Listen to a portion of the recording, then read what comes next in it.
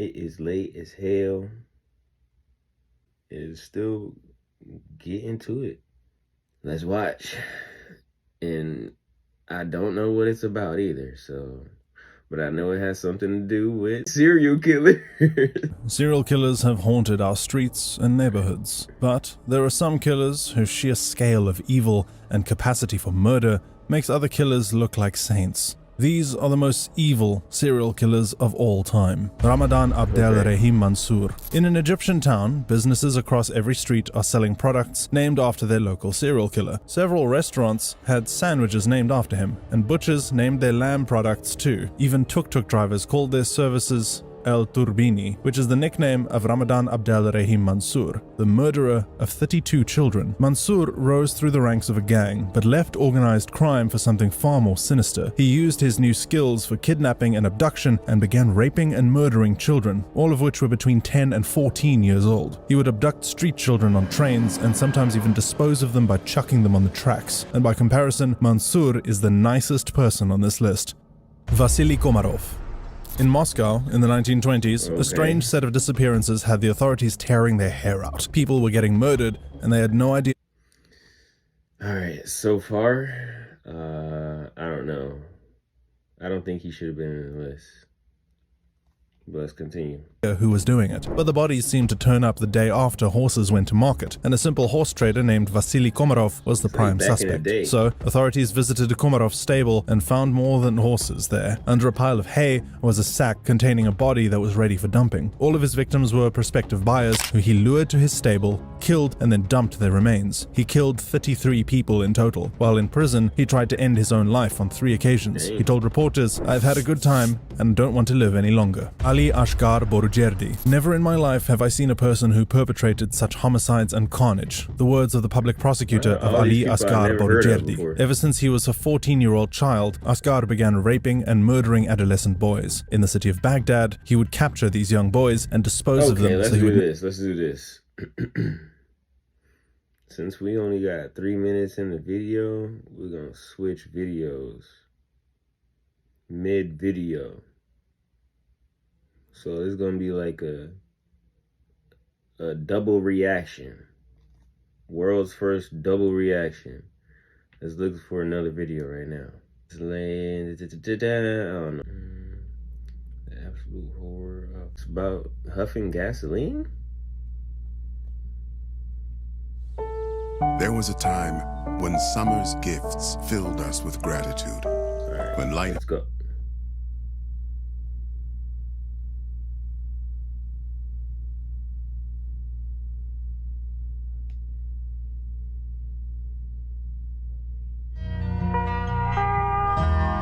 What are you doing? It's supposed to be at the end of the video.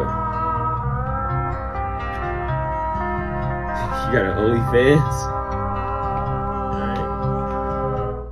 Welcome to the world of Tales from the Trip. This is a pretty cool intro. A lot better than mine. Before I begin, a viewer attached this forum to my Reddit community, and I'm reading the trip report that was inside of that forum. The original question asked was, huffing, is it dangerous and safest substance to huff? And then they continued with, well, first off, I'd like to say that I nor my friend will be huffing anything except the oxygen around us, but I am very curious as to the health dangers and actual effects of huffing certain substances. First, is huffing something really as dangerous as they say? And what are the effects that can be achieved from this?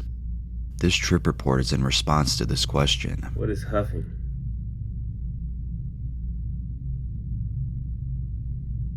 What is this? When I was 14, my cousin, who is now literally a living dead person. Hold on. I don't even know what this video is going to be about. This video is going to be about me trying to find a video. I don't know what to watch. Like, honestly, this might happen too, you know, like on a regular basis or whatever. I might just have a hard time finding something real good to watch, where I just start watching something mediocre. Let's see, what is in my arsenal?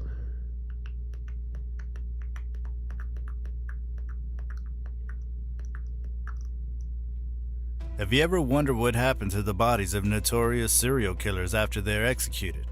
It's a question that has aroused the curiosity of true crime enthusiasts for decades. That is a good question. From Ted Bundy to John Wayne Gacy, these individuals committed heinous crimes that shocked the world. But what happened to their remains once justice was served? In this video, we'll take a deep dive into the unsettling world of post-execution protocol and discover what really happened to the bodies of some of the most infamous serial killers in history. So buckle up and prepare for a chilling journey into the afterlife of some of the world's most notorious criminals. Jeffrey Dahmer. Also known as the Milwaukee Cannibal, Jeffrey Dahmer was one of America's most terrifying serial killers. He committed a string of horrific crimes in the 1980s, including murder, rape, necrophilia, and cannibalism. Throughout his crime span, Dahmer lured 20 young men from nightclubs and public places and brought them into his house on the promises of sex or money. However, all of these unfortunate men ended up being killed by Dahmer after being heavily sedated. He went on to have sex with their bodies before butchering them into pieces and disposing them off. Dahmer's horrific run of crimes came to an end after he was finally caught in 1991. The details of his crimes shocked the entire country, and his trial received media attention. In 1992, he was sentenced to 15 consecutive life sentences. However, court justice was not enough for Dahmer's victims, and he was brutally beaten to death by a fellow inmate in prison 2 years later. Right after he was killed, his body was taken to the Milwaukee County Medical Examiner's office. An autopsy was performed, and the cause of death was determined to be massive head trauma.